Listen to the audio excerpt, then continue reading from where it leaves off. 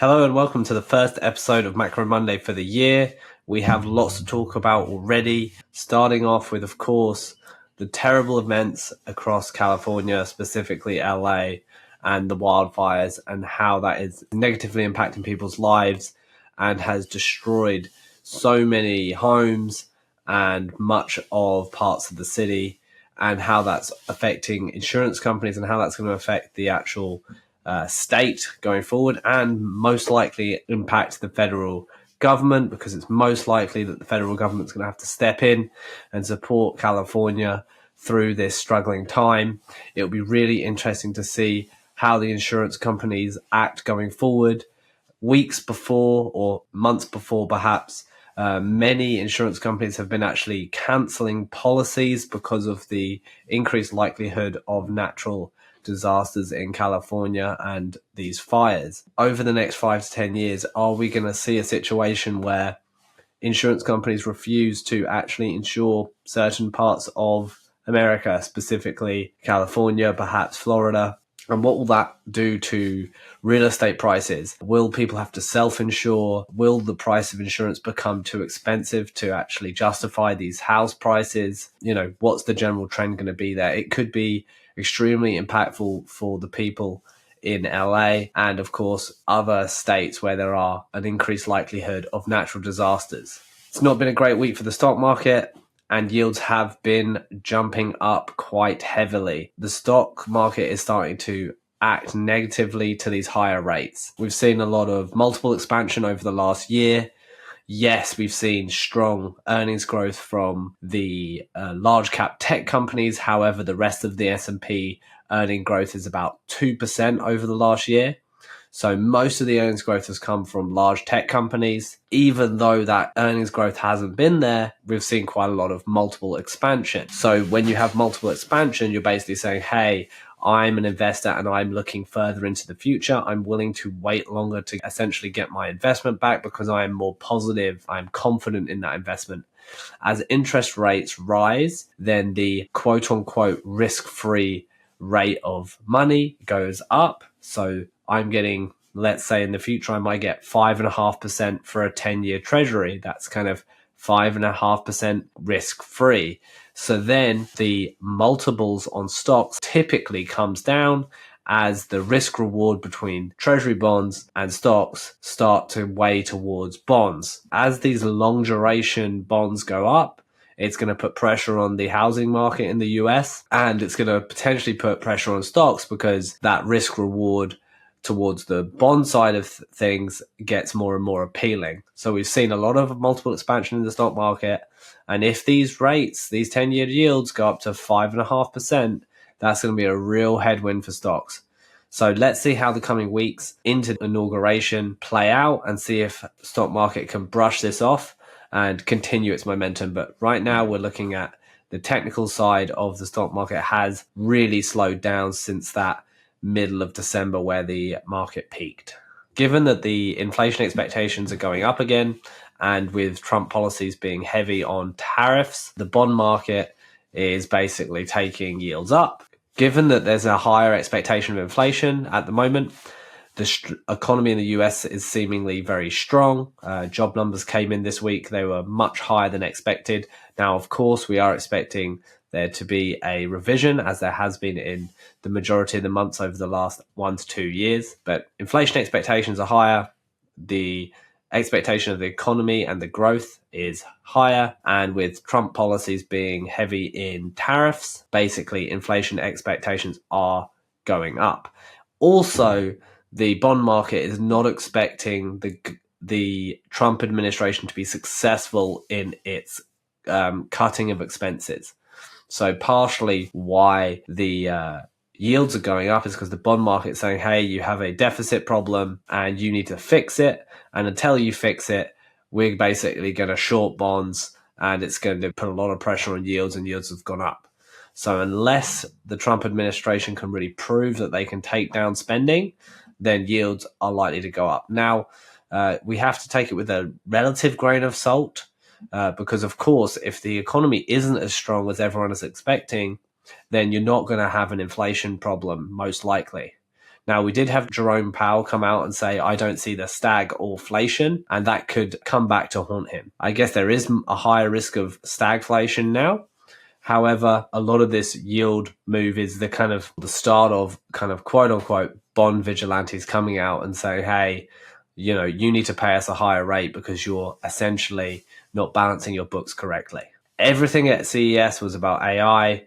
That didn't help the stock price of NVIDIA this week, but that's to be expected. Often we see these large events where there's a lot of hype and a lot of talk about AI or whatever the theme of the year is, and it doesn't typically in that moment translate to strong stock performance. Often it's a bit of a disappointment. So it's not necessarily an indication of how strong NVIDIA is. NVIDIA is talking about launching essentially a microcomputer for basically distributed processing of these AI models.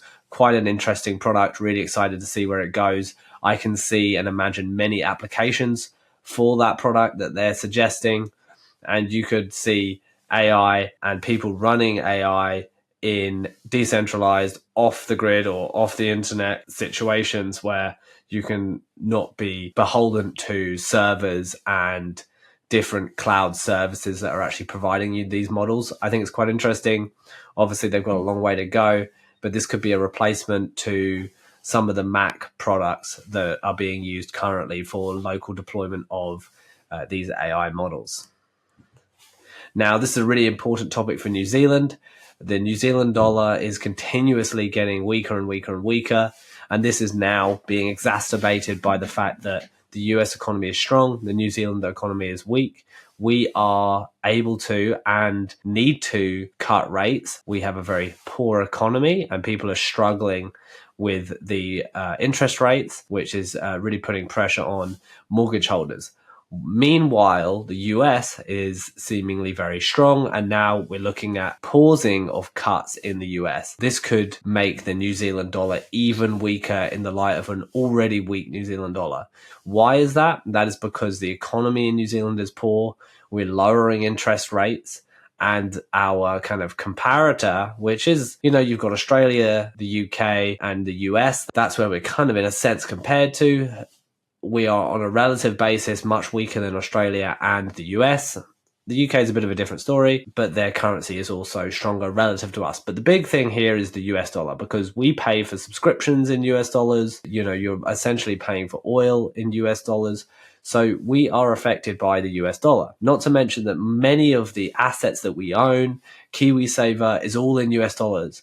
So we're actually have been the beneficiary in our retirement accounts of a strong US dollar because there's so much exposure to US assets in our retirement. The problem there is that, of course, those retirement accounts could fluctuate based on the currency exposure. But right now, this seems like a bit of a systemic issue where you have basically a weak economy that isn't getting enough investment, isn't productive enough, and is essentially much weaker, especially on a relative basis to the US.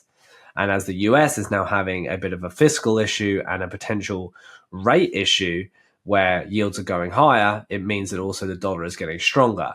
Not to mention that the US on a relative basis and a headline data perspective is seemingly very strong. So until some of these things change, either the US economy gets slower or New Zealand starts to perform better as an economy, we are more than likely going to see a pretty challenged New Zealand dollar. Now, this has been a topic that's actually been going on for many years. Often analysts come out and say, well, Europe on a relative basis is very cheap. Europe is going to perform better than the US. It just hasn't happened yet. And that is, of course, contributed by big tech being in the US and performing so well and driving the US stock market up so heavily. Remember, 30% of the S&P 500 is now about 10 companies. Or is it 7 companies? There's 10 large cap companies over $1 trillion now, and the Mag 7 is, I believe, 30% of the S&P 500. So for quite a few years now, we've seen Europe as being a value play, as being much cheaper on a valuation basis.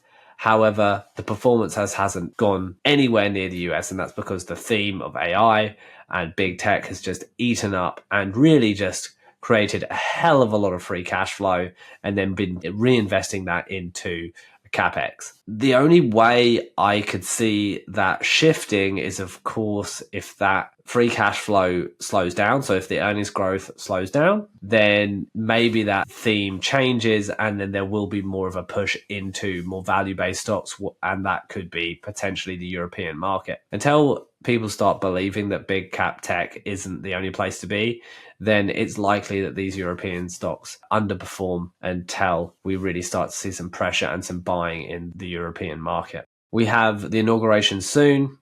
Initially, I thought, perhaps this is going to be a bit of a buy the rumor, sell the news on the election. The question now is, was it a buy the election, sell the inauguration? There's been an extreme honeymoon phase, and we have a lot of excitement around the Trump election. There's a lot of optimism around cutting government spending, deregulation, which would result in more acquisitions, mergers, and kind of tax cuts and quote unquote pro-business policy. So once the inauguration actually happens, then we're going to start to see not just grandstanding and talking in press conferences, but we're actually going to see the actual results. We're going to start to see how Trump deals with the war in Ukraine, how he deals with these negotiations with countries all around the world around trade and these tariffs that he's proposing. Can they get the tax cuts through? Can they cut government spending? So it's been really interesting to see what happens from January 21st. One thing that we do know, though,